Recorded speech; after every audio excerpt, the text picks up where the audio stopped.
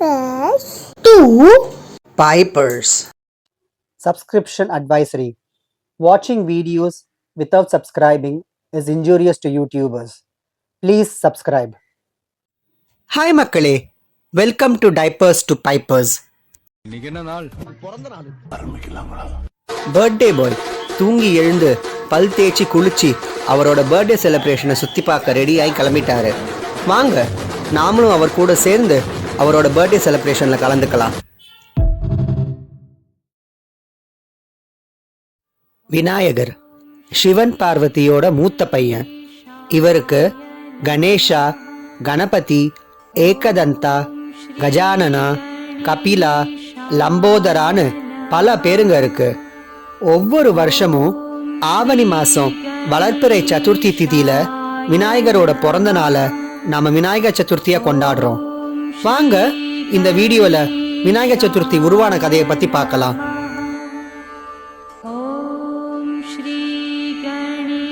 இத பத்தி தெரிஞ்சிக்க நாம புராணத்துக்கு போகலாம்.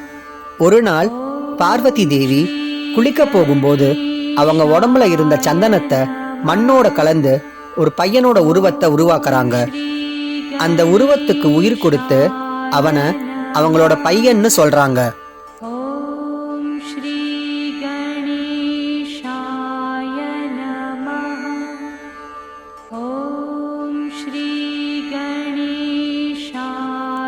பார்வதி அந்த பையன் கிட்ட அவங்க குளிக்க போறதாவும் அதனால கதவு கிட்ட நின்னு யாரும் உள்ள வராதபடி பாதுகாக்கும்படி சொல்றாங்க.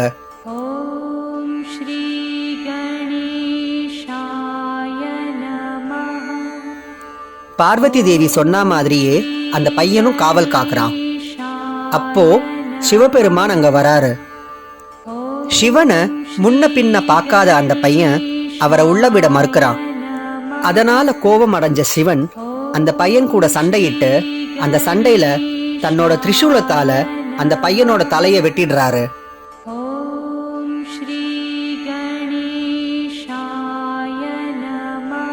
சத்தம் கேட்டு வெளியில வந்த பார்வதி தேவி தலையில்லாத தன்னோட பையனை பார்த்து ரொம்பவே மனமுடைஞ்சு போறாங்க.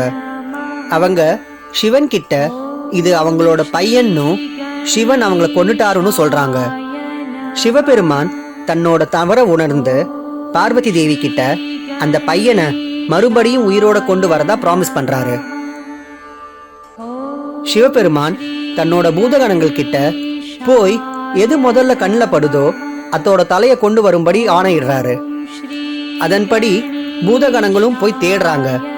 அப்படி தேடும் போது அவங்க கண்ணில் முதல்ல பட்டது ஒரு யானை. அந்த யானையோட தலையை எடுத்து வந்து சிவன் கிட்ட தராங்க.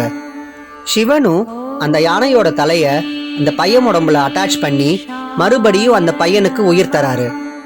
அப்படித்தான் யானை முகனான விநாயகர் பிறக்கிறாரு. அப்படி சிவன் அந்த பையனோட உடம்புல யானை முகத்தை அட்டாச் பண்ண நாளை தான் நாம விநாயகர் சதுர்த்தியா வருஷா வருஷம் கொண்டாடிட்டு இருக்கோம். ஹிஸ்டரியை கொஞ்சம் புரட்டி பார்த்தா இந்த விழாவை சிறப்பா கொண்டாட ஸ்டார்ட் பண்ணது மராட்டிய மன்னரான சத்ரபதி சிவாஜி தான்.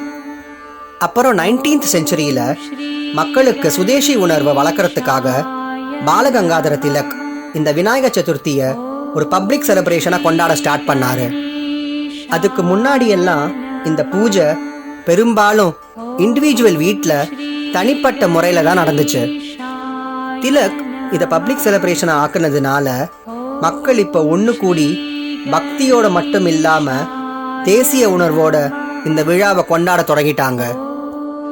தமிழ்நாட்டுல விநாயகர் சதுர்த்தி மிகவும் சிறப்பா கொண்டாடப்பட்டுட்டு வருது. அங்கங்க தெருவுக்கு தெரு விநாயகர் சிலைகள் வைக்கப்படுது. இங்க பாருங்க, வித்தியாசமா எவ்வளோ பிள்ளையாருங்க வச்சிருக்காங்க. Rajaganapathi, Uthishta Ganapathi, north Indian style Pillaiyar, மயில் மேல உட்கார்ந்து இருக்கிற பிள்ளையார், அன்னபக்ஷி மேல பிள்ளையார், சிங்கம் மேல பிள்ளையாருன்னு வித்தியாசமா பிள்ளையாருங்க வச்சிருக்காங்க. இவர் தான் டி நகர் நந்தனம் ஏரியால இருக்கிற ஃபுல் அண்ட் ஃபுல் பேரிச்சம்பழத்தால செய்யப்பட்ட பிள்ளையார்.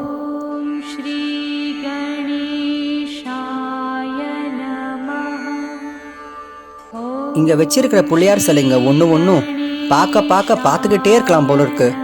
ஒவ்வொரு சிலையும் வித்தியாசமா அவ்வளோ அழகா இருக்கு.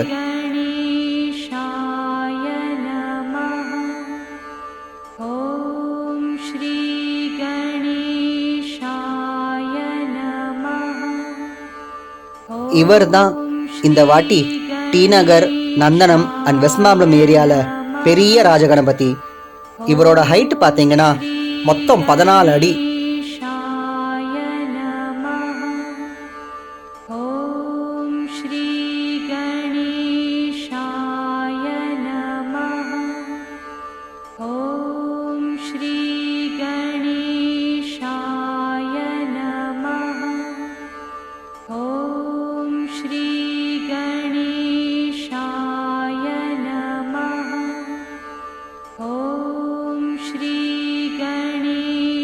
இங்க வச்சிருக்கிற புளியாரங்களுக்கு பல நாட்கள் பூஜை, அபிஷேகம், பஜனை அப்படின்னு எல்லாம் நடத்தி கடைசியில விநாயகர் சிலைய ஊர்வலமா செலிப்ரேஷனோட எடுத்துட்டு போய் கடல், ஆறு மாதிரியான நீர்நிலைகள்ல கரைக்கிறாங்க. விநாயகரை கரைக்கிற இந்த நிகழ்ச்சிய விசர்ஜன்னு சொல்றாங்க.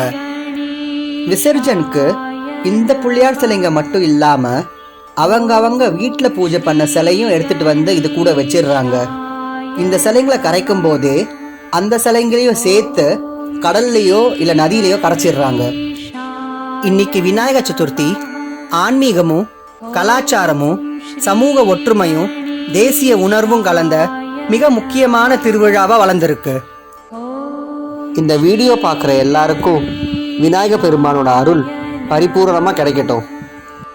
वक्रतुण्ड महाकाय सूर्यकोटि समप्रभ निर्विघ्नं कुरु मे देव सर्वकार्येषु सर्वदा.